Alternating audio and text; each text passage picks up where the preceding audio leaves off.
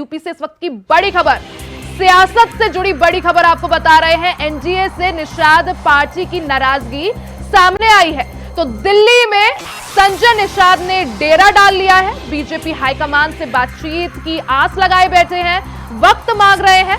Nishad party से वो बेटे प्रवीण निषाद को चुनाव लड़ाना चाहते हैं। तो एनडीए के कार्यक्रमों से भी संजय निषाद ने बीते दिनों दूरी बना ली थी। तो बीजेपी हाईकमान से बातचीत के लिए संजय निषाद ने समय मांगा है। हमने देखा था कि किस तरह एनडीए के कार्यक्रमों से भी संजय निषाद ने दूरी बना रखी थी। कुछ नाराज जो हैं वो बताए जा रहे हैं एनडीए से, और पहले ही एनडीए की तरफ से उनको एक सीट दी जा चुकी है लोकसभा चुनाव लड़ने के लिए। हालांकि एक और सीट की वो मांग कर रहे हैं, बेटे के लिए वो सीट की मांग कर रहे हैं, और उसी संबंध में संजय निषाद दिल्ली में मौजूद हैं। इस खबर पर ज्यादा जानकारी के लिए हमारे साथ यूपी से स्टेट कोऑर्डिनेटर अनिल पाठक जुड़ चुके हैं। अनिल जी, जिस तरह से खबर आ रही है कि निषाद पार्टी या संजय निषाद की बात की जाए तो एनडीए से कुछ खफा चल रहे हैं, क्या कुछ वजह उनके खफा होने की, नाराजगी की? हाँ देखिए रिया, उत्तर प्रदेश में जो भाजपा के 4 सहयोगी दल हैं, जो क्षेत्रीय दल हैं, उसमें निषाद पार्टी है, राष्ट्रीय लोक दल है जी, अपना दल है और सुहेलदेव समाजवादी पार्टी है।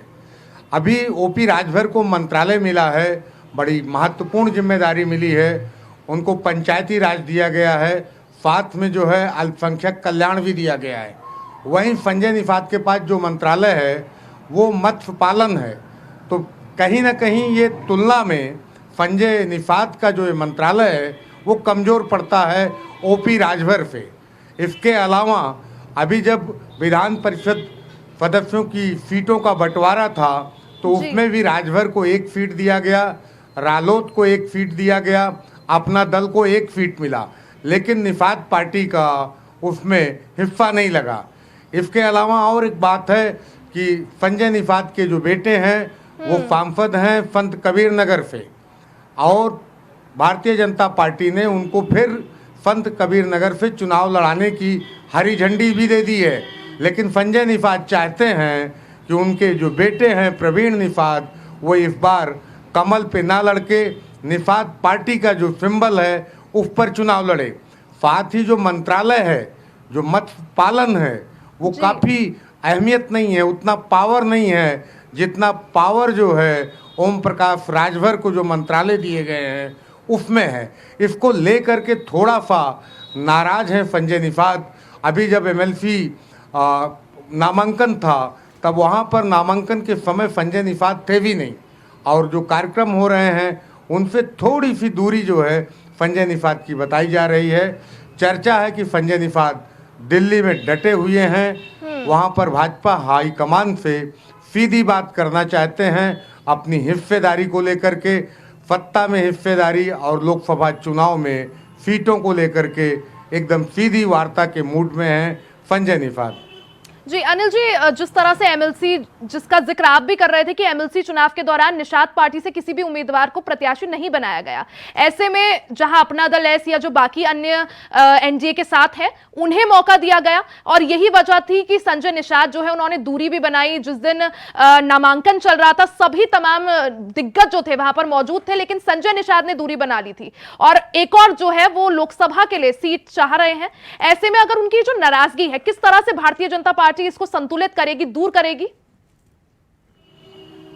हाँ बेशक रिया, जो संजय निषाद हैं वो टेक्निकल रूप से कहते हैं कि हमारी जो पार्टी है उसके 11 विधायक हैं, लेकिन जो मौजूदा विधायकों की संख्या है वो 6 है। वहीं ओपी राजभर के पास जो विधायक हैं वो 6 कहने के लिए हैं, लेकिन अगर क्रॉस वोटिंग वाले इशू को देखा जाए राज्यसभा में तो उनके जो विधायकों की संख्या होती है वो सिर्फ 4 होती है।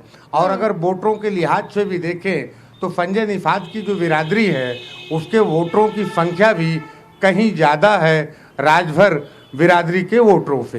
तो इस लिहाज पे संजय निषाद है उनका दावा है कि उनको जो है अपना दल की बराबर जो है हिस्सेदारी मिलनी चाहिए, किसी भी कीमत पर वो तैयार नहीं होने के मूड में है। ऐसी बातें उनके समर्थकों की तरफ से कही जा रही है और वो चाहते हैं कि उनके बेटे को तो टिकट मिले ही, साथ में एक जो है सीट उनको और दी जाए लोकसभा चुनाव में।